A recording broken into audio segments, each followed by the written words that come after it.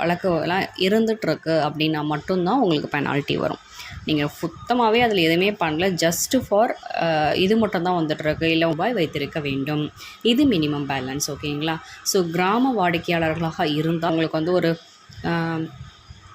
Insurance ஏதாவது போட்டிருக்கலாம் நீங்கள், இல்லை அந்த அமௌண்ட் வந்து உங்களுக்கு எதாவது என்ன வந்துட்டு ரூல்ஸ் அண்ட் ரெகுலேஷன்ஸ் ஃபாலோ பண்ணுறாங்க அப்படிங்கிறது ரொம்பவே முக்கியம். அதை வச்சு நீங்கள் வந்துட்டு அக்கௌண்ட்ஸ் வந்து ஓப்பன் பண்ணலாம். ஓகேங்களா? சில பேர் வந்து இந்த இதில் தான் கிரெடிட் ஆகிட்டுருக்கலாம், இல்லை வந்துட்டு உங்களுக்கு பென்ஷன் வந்துட்டுருக்கலாம். அந்த அமௌண்ட்டில் நீங்கள் வந்துட்டு பென்ஷன்ஸ் இல்லை, ஸோ வந்துட்டு நீங்கள் வந்து ஃபுல்லாக பே பண்ணலாம். அதாவது ஃபுல்லாக நீங்கள் காலி பண்ணதுக்கப்புறமும் உங்கள் சேலரியை பொறுத்தவரை எந்த பிரச்சனையும் இருக்காது. ஸோ அதுக்கும் இதற்கும் வந்து எந்த ஒரு அதில் போடக்கூடாது அப்படிங்கிற மாதிரி இதெல்லாம் சொல்லுவாங்க. உங்களுக்கு உங்கள் கன்வீனியன்ட்டுக்கு மாற்றத்தை கொண்டு வந்துட்டுருக்கு அப்படின்னு கூட சொல்லலாம். ஏன்னா எவ்வளோ வச்சுருக்கணும் அப்படி இது வந்து ஃபஸ்ட் ஆஃப் ஆல் வந்து பேங்க் வந்து பக்கத்தில் இருக்க மாதிரியான விஷயங்களை பார்த்துக்கோங்க. ரொம்ப தூரமாக இருக்கிறது பலதரப்பட்ட மக்களுக்கு தெரியாத விஷயங்களாக இருக்கிறது. ஹலோ ஃப்ரெண்ட்ஸ், இன்றைக்கி ஒரு நியூ அப்டேட் ஒன்று வந்திருக்கு. அது என்ன அப்படின்னு பார்த்தீங்கன்னா, ரிசர்வ் வங்கி, அதாவது ஆர்பிஐ என்ன ரூல்ஸ் அண்ட் ரெகுலேஷன்ஸ் கொண்டு வந்திருக்காங்க அப்படிங்கிறது தான் இந்த வீடியோவில் நம்ம ஃபுல்லாக பார்க்க போகிறோம். ஏன் அப்படின்னு பார்த்தீங்கன்னா, நிறைய நபர்கள் வந்து பார்த்திங்கன்னா நிறைய அக்கௌண்ட்ஸ் மெயின்டைன் பண்ணிகிட்ருப்பாங்க. ஆனால் வந்துட்டு பார்த்திங்கன்னா மினிமம் பேலன்ஸ் அப்படிங்கிற அந்த செக்மெண்ட்டில் வந்துட்டு மறந்துடுவாங்க, இல்லை விட்டுடுவாங்க. ஸோ அதற்காக நிறைய பேமெண்ட்ஸ் வந்து வேஸ்ட் பண்ணியிருப்பாங்க. ஸோ அதில் என்னென்ன ரூல்ஸ் எல்லாம் கொண்டு வந்திருக்காங்க அப்படிங்கிறத இந்த ஒரு வீடியோவில் முழுமையாக நம்ம பார்க்கலாம். அதற்கு முன்னாடி நம்ம சேனலுக்கு இப்போ தான் நீங்கள் ஃபஸ்ட் டைம் வந்திருக்கீங்க அப்படின்னா கண்டிப்பாக சப்ஸ்கிரைப் பண்ணிவிட்டு ஆளுங்கிற பெல் ஐக்கானை டச் பண்ணிக்கோங்க. இதனால் நாங்கள் போடுற வீடியோஸ் எல்லாமே நீங்கள் உடனுக்குடன் தெரிந்து கொள்ளலாம். ஸோ அரசு சம்பந்தமான எந்த துறையை பற்றின வேலை வாய்ப்புகள் தெரியணும் அப்படின்னாலும் கண்டிப்பாக நம்ம சேனலை நீங்கள் ஃபாலோ பண்ணிக்கோங்க. உங்கள் ஃபேமிலி அண்ட் ஃப்ரெண்ட்ஸோடு ஷேர் பண்ணிக்கோங்க. வீடியோவை ஸ்கிப் பண்ணாமல் முழுமையாக பாருங்கள். அப்போ தான் வீடியோவில் என்ன சொல்ல வரும் அப்படிங்கிறது உங்களுக்கு தெரியும். வாங்க வீடியோக்குள்ளே போகலாம். ஸோ இந்த வங்கி கணக்குகளில் மினிமம் பேலன்ஸ் அப்படிங்கிறது வந்து பார்த்திங்கன்னா சமீப காலமாக ரொம்ப ஒரு பெரிய மாற்றத்தை கொண்டு வந்துட்டுருக்கு அப்படின்னு கூட சொல்லலாம். ஏன்னா எவ்வளோ வச்சுருக்கணும் அப்படிங்கிறது பலதரப்பட்ட மக்களுக்கு தெரியாத விஷயங்களாக இருக்கிறது. ஸோ இதில் வந்து பார்த்திங்கன்னா இந்தியன் வங்கி சேமிப்பு கணக்குகளில் குறைந்தபட்சம் இருப்பு தொகையாக 500 ரூபாய் நிர்ணயிக்கப்பட்டுள்ளது. மற்ற வகையான சேமிப்பு கணக்குகளுக்கு குறைந்தபட்சம் இருப்பு தொகை வேறுபடலாம். இந்தியன் வங்கி சேமிப்பு கணக்கில் குறைந்தபட்சம் இருப்பு தொகையாக 500 ரூபாய் வைத்திருக்க வேண்டும். மற்ற வகையான சேமிப்பு கணக்குகளுக்கு குறைந்தபட்சம் இருப்பு வரம்பு வேறுபட்டிருக்கலாம். சேமிப்பு கணக்கில் குறைந்தபட்சம் இருப்பு தொகையாக பராமரிக்க தவறினால் அபராதம் விதிக்கப்படும் அப்படின்னு சொல்லியிருக்காங்க. அபராதம் தொகை கணக்கு வகையை பொறுத்து வேறுபடலாம். அதிகமாக அமௌண்ட் இருக்கவங்களுக்கு அதிக தொகை வருமா, இல்லை கம்மியாக அமௌண்ட் இருக்கவங்களுக்கு கம்மி தொகை வருமா அப்படிங்கலாம் கேட்டுருக்கீங்க.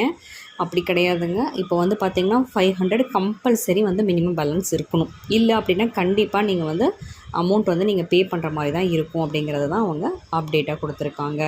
ஓகேங்களா? ஸோ இது வந்து இந்தியன் வங்கியில் சொல்லியிருக்காங்க. ஃபார் எக்ஸாம்பிள் இப்போது வந்துட்டு இந்தியன் ஓவர்சீஸ் இருக்குது, இல்லை வந்துட்டு பேங்க் ஆஃப் பரோடா இருக்குது அப்படின்னா அதுக்கு தகுந்த மாதிரி கேட்டகரிஸை அவங்கவுங்க பேங்க்கில் வந்து செட் பண்ணியிருந்திருப்பாங்க. ஓகேங்களா? ஸோ கண்டிப்பாக ஆனால் மினிமம் பேலன்ஸ் மெயின்டைன் பண்ணணும். இல்லைன்னா கண்டிப்பாக நீங்கள் வந்துட்டு பெனால்ட்டி கட்டுற மாதிரி தான் இருக்கும். ஓகேங்களா? வங்கி குறிப்பிடும் தொகையை வாடிக்கையாளர்கள் மினிமல் பேலன்ஸாக அக்கௌண்ட்டில் வைத்திருக்க வேண்டும். அப்படி இல்லையென்றால் வங்கி விதித்துள்ள கட்டணத் தொகையை செலுத்த வேண்டும். வங்கி சொல்லும் அபராதத்தை கண்ணை மூடிக்கொண்டு கட்டும் வழக்கத்தை விடுங்கள். நீங்கள் அக்கௌண்ட் வைத்திருக்கும் வங்கியில் எவ்வளவு அபராத தொகையை வங்கி உங்களிடம் வசூலிக்கிறது, முழுமையான தகவலை நீங்கள் தெரிந்துக்கலாம். ஓகேங்களா? சப்போஸ் ஆக்சிஸ் வங்கியில் பொறுத்தவரையில் குறைந்தது 10,000 மினிமம் பேலன்ஸாக வைத்திருக்க வேண்டும். அப்படி இல்லை என்றால் 100 முதல் 500 வரை அபராதம் வசூலிக்கப்படும். ஓகேங்களா? இது வந்து ஜிஎஸ்டியுடன் அடங்கும் சொல்லியிருக்காங்க. பஞ்சாப் நேஷனல் பேங்க்கில் வந்து பார்த்திங்கன்னா அதாவது இது நகர வாடிக்கையாளர்கள் தங்களது வாடிக்கையாளர் குறைந்தது 2,000 ரூபாய் மினிமம் பேலன்ஸ் வைத்திருக்க வேண்டும் அப்படின்னு சொல்லியிருக்காங்க. ஓகேங்களா?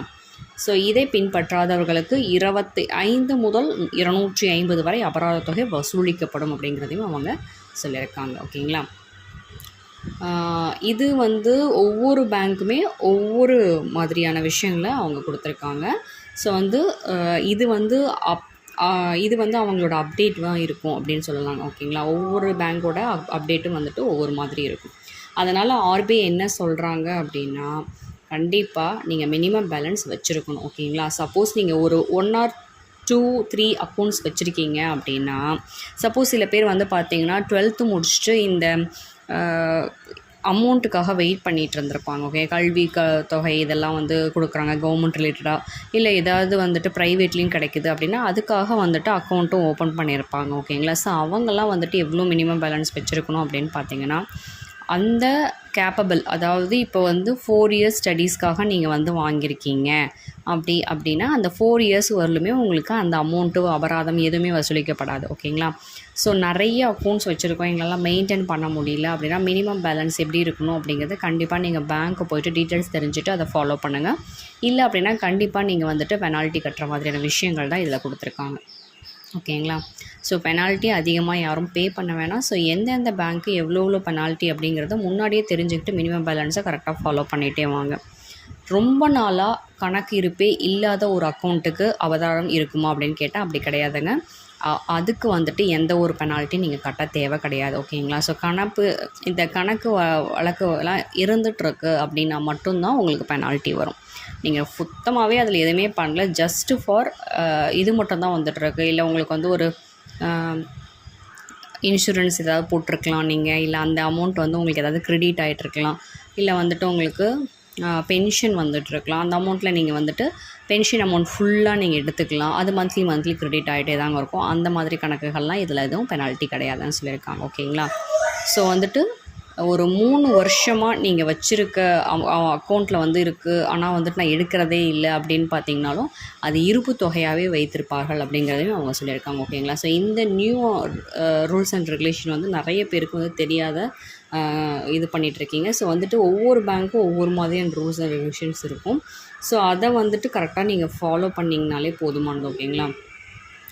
இல்லை என்னால் ஃபாலோ பண்ண முடியல அப்படின்னா நீங்கள் என்ன அக்கௌண்ட் இப்போ கரண்ட்டாக யூஸ் பண்ணுறீங்களோ அதை மட்டும் நீங்கள் வந்து மெயின்டைன் பண்ணால் போதுமானது. ஓகேங்களா. ஸோ அது வந்து நீங்கள் கம்பல்சரி நீங்கள் பார்க்குற மாதிரி தான் இருக்கும். இல்லை இது வந்து ரொம்ப கஷ்டமாக இருக்குது, இதை என்னால் வச்சுருக்க முடியல அப்படின்னா கம்பல்சரி நீங்கள் ஒரு 500லேருந்து ஒரு 1000 வரலும் எப்போவுமே வங்கி கணக்கில் நீங்கள் வச்சுருங்க. ரொம்ப எடுக்க வேணாம். இது வந்து சேல்ரி அக்கௌண்ட்டாக இருந்தால் பிரச்சனையே கிடையாதுங்க. ஏன்னா சேல்ரி அக்கௌண்ட் அப்படிங்கிறது வந்துட்டு அட் லாஸ்ட் மந்த் வரலும் நம்ம அதை யூஸ் பண்ணுவோம். அது வந்து சேல்ரி ஆட்டோமேட்டிக்காக அது க்ரெடிட் ஆகிடும். ஓகேங்களா. அதில் வந்து எந்த ஒரு பெனால்ட்டியும் நீங்கள் பே பண்ணுற மாதிரியான விஷயங்கள் இருக்கவே இருக்காது. ஓகேங்களா. கணக்கை மூடுதல், அதாவது சில வங்கிகள் குறைந்தபட்ச இருப்பு தொகையாக பராமரிக்காத கணக்குகளை மூடிவிடலாம் அப்படின்னு சொல்லியிருக்காங்க. குறைந்தபட்ச இருப்பு தொகையாக பராமரிப்பது ஏன் முக்கியம்னா அபராதத்தை தவிர்க்கலாம், அதற்காக தான் சொல்கிறாங்க. வங்கி சேவைகளை தொடரவும் அது வந்து நம்மளுக்கு இருக்கும், நம்பிக்கையும் இருக்கும் அப்படிங்கிற மாதிரியான விஷயங்களை சொல்லியிருக்காங்க. இது வந்து கனரா பேங்க்கு எல்லா பேங்க்குமே வந்துட்டு வித்தியாசம் இருக்குது அப்படிங்கிறதையும் சொல்லியிருக்காங்க. அதாவது இது வந்து பார்த்திங்கன்னா June 1, 2025 வந்துட்டு இந்த ஸ்கீம் கொண்டு வந்துட்டாங்க. சேமிப்பு கணக்குகளில் குறைந்தபட்ச இருப்பு தொகையாக நீக்குவதாக அறிவித்துள்ளது. இதன் மூலம் வாடிக்கையாளர்கள் இனி குறைந்தபட்ச இருப்பு தொகையை பராமரிக்க வேண்டிய அவசியம் இல்லை கனரா வங்கியில் அப்படிங்கிறத சொல்லியிருக்காங்க. ஒவ்வொரு வங்கியின் விதிமுறைகளும் கணக்கின் வகைக்கு ஏற்ப மாறும். எனவே வங்கி கணக்கு தொடங்குவதற்கு முன் அந்த வங்கியின் விதிமுறைகளை தெரிந்து கொள்வது மிகவும் அவசியம் அப்படின்னு சொல்லியிருக்காங்க. ஓகேங்களா. ஸோ புதிய வங்கிகள் ஏதேனும் நீங்கள் தொடர்றீங்க அப்படின்னா அந்த வங்கியில் வந்துட்டு என்னென்ன வந்துட்டு ரூல்ஸ் அண்ட் ரெகுலேஷன்ஸ் ஃபாலோ பண்ணுறாங்க அப்படிங்கிறது ரொம்பவே முக்கியம். அதை வச்சு நீங்கள் வந்துட்டு அக்கௌண்ட்ஸ் வந்து ஓப்பன் பண்ணலாம். ஓகேங்களா. சில பேர் வந்து இந்த இதில் தான் போகணும், அதில் போடக்கூடாது அப்படிங்கிற மாதிரி இதெல்லாம் சொல்லுவாங்க. உங்களுக்கு உங்கள் கன்வீனியன்ட்டுக்கு எது வந்து ஃபஸ்ட் ஆஃப் ஆல் வந்து பேங்க் வந்து பக்கத்தில் இருக்க மாதிரியான விஷயங்களை பார்த்துக்கோங்க. ரொம்ப தூரமாக இருக்க மாதிரியான விஷயங்களை நீங்கள் பார்க்குங்க. ஆர்பிஐ பொறுத்தவரையில் என்ன சொல்கிறாங்கன்னா மினிமம் பேலன்ஸ் வந்து நம்ம பார்க்கணும் அப்படிங்கிறதையும் அவங்க சொல்லியிருக்காங்க. ஓகேங்களா. ஸோ இதெல்லாம் ஃபாலோ பண்ணி கண்டிப்பாக நீங்கள் வந்துட்டு பேங்க் அக்கௌண்ட் மெயின்டைன் பண்ணுங்கள். கண்டிப்பாக பேலன்ஸ் வந்துட்டு நீங்கள் எவ்வளோ வேணுமோ அதை கரெக்டாக நீங்கள் யூஸ் பண்ணுங்கள். கண்டிப்பாக கொஞ்சமாவது பேலன்ஸ் நீங்கள் வச்சுருங்க. ஏன்னா வந்து இது வந்து பெனால்ட்டி கட்டுறதுலேருந்து நீங்கள் தவிர்க்கலாம். அதற்காக இந்த பெனால்ட்டி கட்டக்கூடாது அப்படிங்கிற அந்த மைண்ட் செட்டில் இருக்கீங்க அப்படின்னா கண்டிப்பாக நீங்கள் என்ன பண்ணுங்கள் அப்படின்னா கொஞ்சம் மினிமம் பேலன்ஸ் நீங்கள் வச்சுருங்க. சில பேர் சொல்லலாம், ஏன்னா கடைசியாக அதுதான் நம்மளுக்கு உதவும், இதை எடுக்காமல் எப்படி இருக்கிறது அப்படிங்கிறது எனக்கு புரியுது.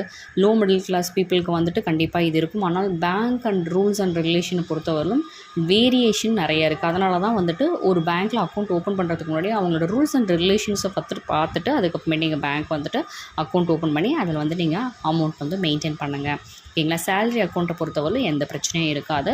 ஸோ அதுக்கும் இதற்கும் வந்து எந்த ஒரு வேரியேஷன்ஸ் இல்லை. ஸோ வந்துட்டு நீங்கள் வந்து ஃபுல்லாக பே பண்ணலாம். அதாவது ஃபுல்லாக நீங்கள் காலி பண்ணதுக்கப்புறமும் உங்கள் சேலரி கிரெடிட் ஆகுனா அதுலேருந்து எந்த ஒரு பெனால்ட்டியும் அவங்க எடுக்க மாட்டாங்க. ஓகேங்களா? ஸோ அதற்கும் இதற்கும் எந்த ஒரு கனெக்டிவிட்டியும் கிடையாது. ஸோ இப்படி தான் வந்துட்டு ஆர்பிஐ ரூல்ஸ் அண்ட் ரெகுலேஷன்ஸ் நிறையா கொண்டு வந்திருக்காங்க. ரிசர்வ் வங்கி வந்துட்டு பொறுத்தவரையிலும் இப்போது நம்மளுக்கு நிறைய ரூல்ஸ் கொடுத்துருக்காங்க. அதெல்லாம் கரெக்டாக ஃபாலோ பண்ணுங்கள். இதை பற்றி தெரியாதவங்க கரெக்டாக அப்டேட் பண்ணிவிட்டு நீங்கள் மூவ் பண்ணுங்கள். அடுத்ததாக ஃபர்தராக என்ன ஸ்டெப் மூவ் பண்ணுமோ அதை நீங்கள் மூவ் பண்ணுங்கள். இந்த வீடியோவை முழுமையாக பார்த்ததற்கு நன்றி. இந்த வீடியோ உங்களுக்கு பிடிச்சிருந்தால் ஃபேமிலி அண்ட் ஃப்ரெண்ட்ஸோடு ஷேர் பண்ணிக்கோங்க. வீடியோவை ஸ்கிப் பண்ணாமல் முழுமையாக பார்த்ததுக்கு நன்றி.